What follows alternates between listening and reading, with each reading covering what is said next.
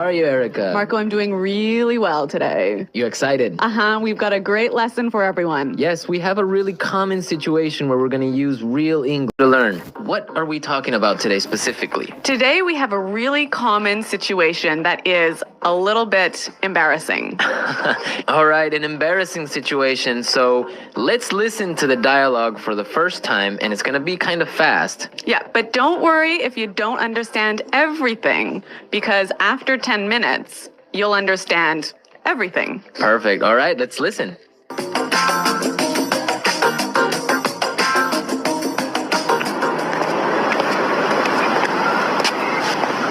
Nick, how's it going? Oh, hey.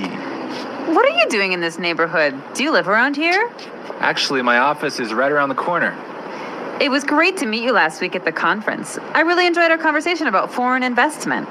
Yeah, it was really interesting. You know, I'm in a bit of a hurry, but here's my card. We should definitely meet up again and continue our discussion. Sure, you still have my contact details, right? You know what? This is really embarrassing, but your name has just slipped my mind. Can you remind me? Sure. My name is Anna Ferris. Don't worry about it. It happens to me all the time. I'm terrible with names, too.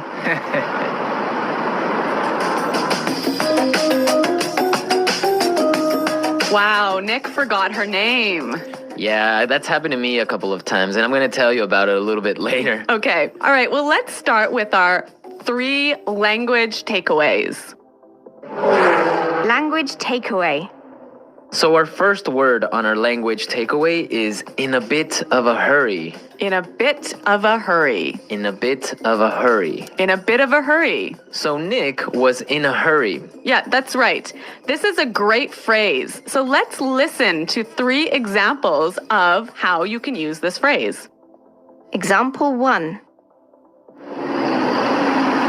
Can you drive faster? I'm in a bit of a hurry. Example 2. I can't talk right now. I'm in a bit of a hurry.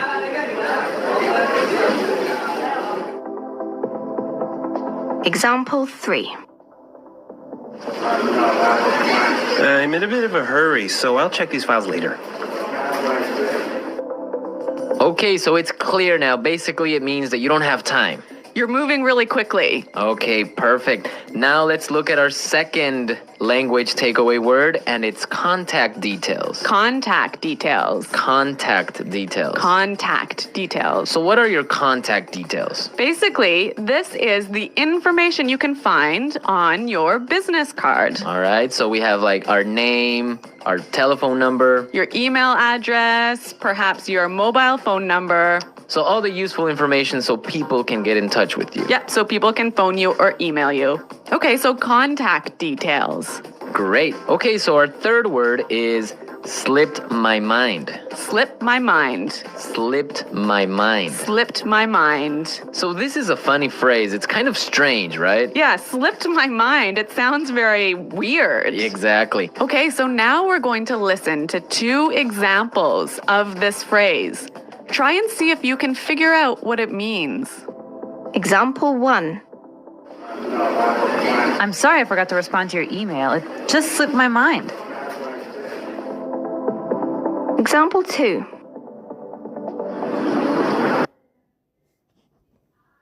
Don't you know what day it is today? Oh, it's your birthday. It completely slipped my mind. So slipped my mind is like, I forgot. You forgot something. So, Accidentally. right. Okay, great. Now it's time for putting it together. Putting it together. All right, Erica, why don't you tell our listeners what putting it together is? Well, putting it together helps you put language together. It helps you be more fluent by knowing how words fit together. Great, so let's look at our first phrase today. And it's around here. Around here. Around here. Around here. So this is like close by. Close right? by, right? I can say, for example, is there a bank around here? Yeah.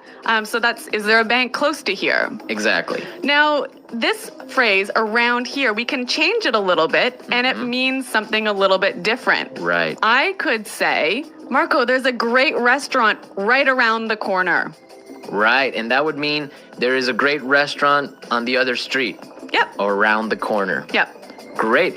Or we have another example. We can say around there. Around there. Right. So, for example, I can say Los Angeles is a great city. I used to live around there. So you used to live near Los Angeles. Exactly. All right. It's a really good phrase and it's really common. Yeah. Now our next phrase and putting it together is terrible with. Terrible with. Terrible with. Terrible with. So we have a couple of examples that will show you how this phrase works. Example 1. You're terrible with numbers. You can't even remember your own telephone number. Example 2. I'm terrible with directions. I'm always getting lost. Example 3. I'm terrible with faces. I can never remember what people look like.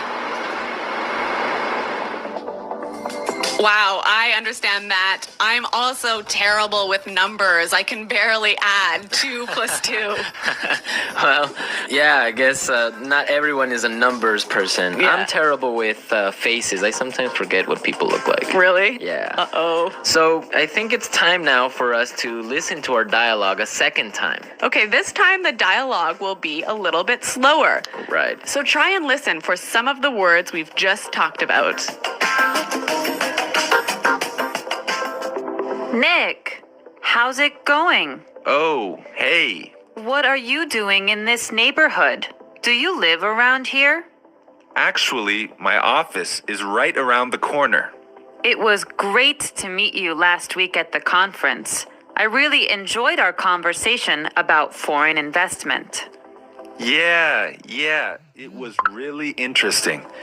You know, I'm in a bit of a hurry, but here's my card. We should definitely meet up again and continue our discussion. Sure. You still have my contact details, right? You know what? This is really embarrassing, but your name has just slipped my mind. Can you remind me? Sure. My name is Anna Ferris. Don't worry about it. It happens to me all the time. I'm terrible with names too. So it's more clear now. You can understand a lot better, right? Yeah, that's true. Great. So now it's time for us to take a look at Fluency Builder. Fluency Builder. So with Fluency Builder, we take some very simple phrases and show you how you can be more fluent or how you can, Sound more native. yeah. Great. In the beginning of the dialogue, Anna said, Nick, how's it going? Yeah, this is a great phrase. It sounds really, really natural. You know, sometimes I hear students say, how are you?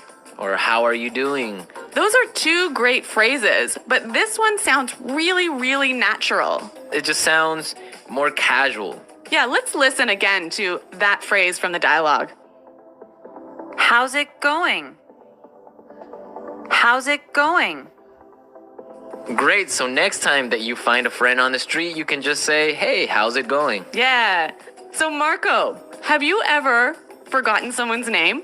Yeah, it's happened to me a couple of times. And actually, the most embarrassing situation was that I forgot a family member's name. No, a Yeah. family member's name. We had like a family reunion, and there were a lot of aunts and uncles and cousins that I hadn't seen in a while, and I just forgot one of my uncle's names, and I was... Uh-oh, that's pretty embarrassing. Yeah. So what did you do?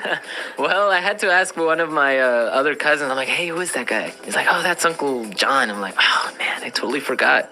Yeah, so it was really embarrassing because I didn't know what to call him, so I just called him Uncle because I didn't know his name. Hi, Uncle. Yeah. Oh, yeah. So when that happens to me, when I'm in a business setting, sometimes what I do is I ask for someone's card. Ah, yeah, that's the good technique. Yeah, or sometimes I might ask them to write down their email. Because usually their full name is spelled out in their email address. So that's my trick when I've forgotten someone's name. That's a good trick, and I Yeah. guess a lot of our listeners can take your advice on that. Okay, so I think it's time for us to listen to our dialogue one more time, this time at natural speed.